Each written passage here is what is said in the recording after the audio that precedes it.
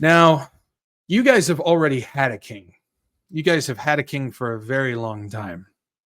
But now you have 141 elected Fabians, including your new Prime Minister, Keir Starmer.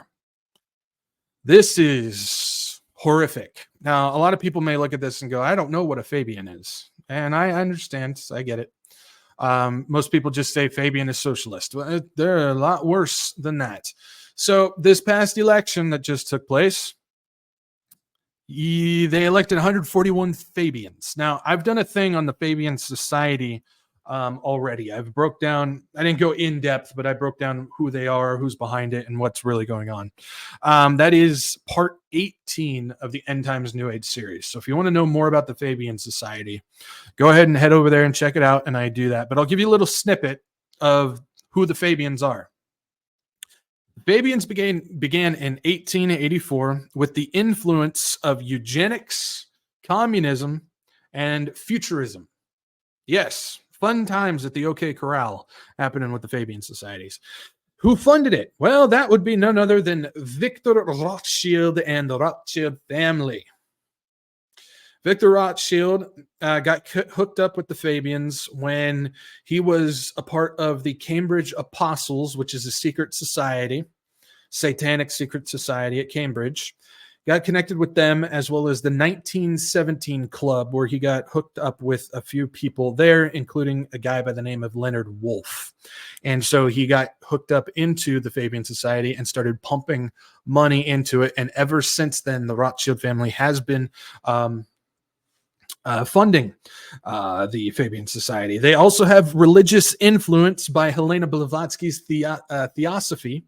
The Theosophical Society, one of the main leaders who broke off from the Theosophical Society by the name of Annie Besant, was also connected to the Fabian Society. And so she brought Theosophical religion into the Fabian Society. Some of the Fabian Society leaders include Sidney Webb, Beatrice Webb.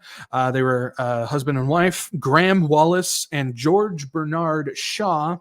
And why are they important? Because they founded the London School of Economics, which, if you look at some of the people who are part of that school, it ain't good.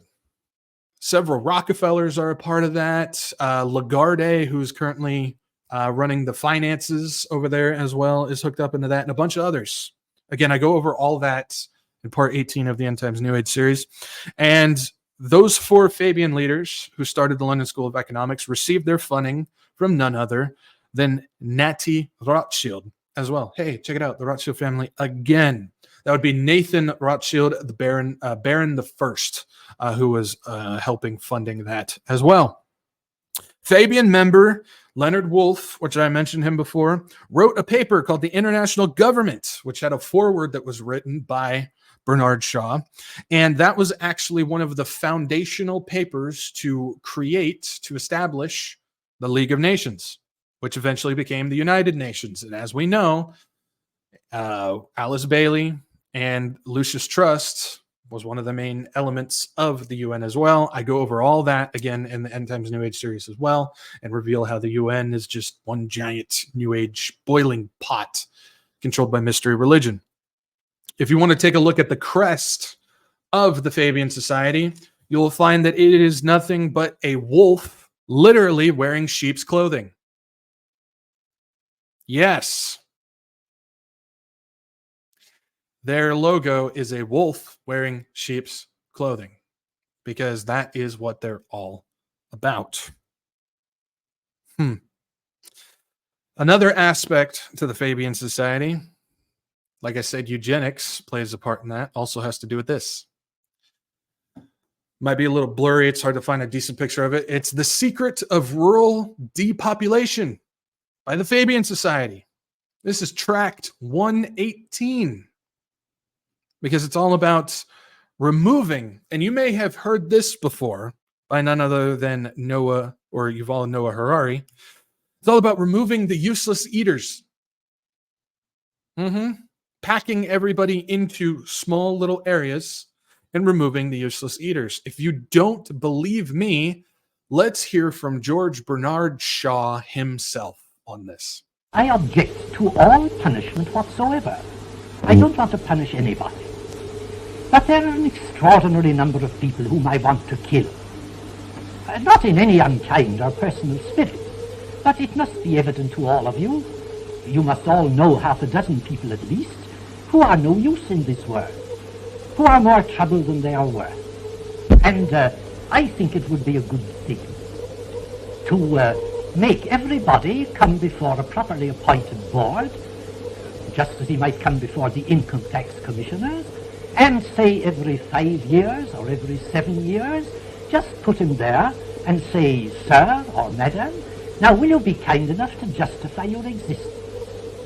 If you can't justify your existence, if you're not pulling your weight in the social vote, if you're not producing as much as you consume, or perhaps a little more, then clearly we cannot use the big organization of our society for the purpose of keeping you alive, because your life does not benefit us and it can't be of very much use to you.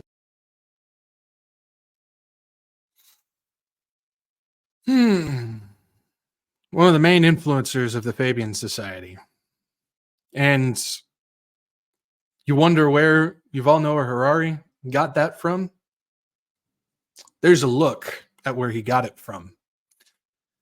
He was in, Shaw there was in the belief that we must get rid of the useless people in the world. So every 5 or 7 years, we must stand in front of a committee board. I would probably say not elected committee board. And you must prove that you are either producing enough to take care of yourself or a little bit more. If you cannot do that, then you must be killed. Again, where have we been hearing that from?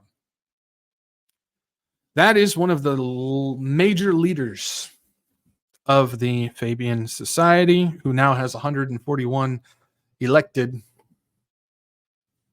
officials in the UK, and that's also now the Prime Minister of the UK as well.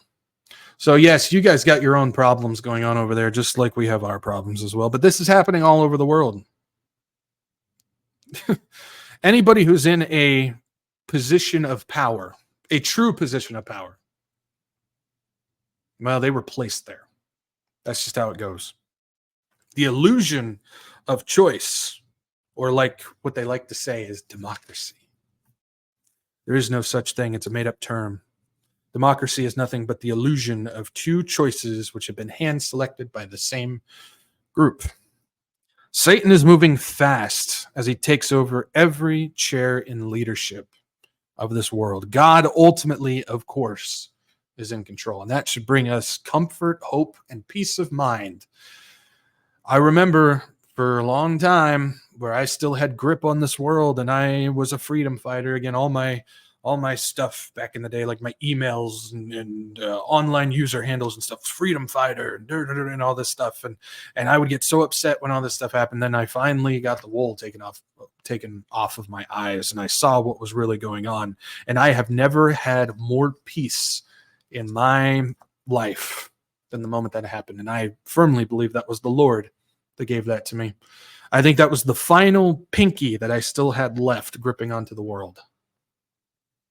And I praise the Lord that I have no grip left on this world. I have no fear of what's going to happen except spiders. Nope. Stay away. But I have no fear of any of this stuff. I don't get angry. I don't get upset.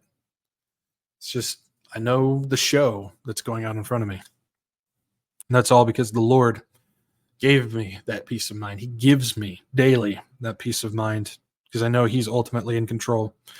Those in powerful positions are placed there, even if we are fooled into the illusion that we can change it.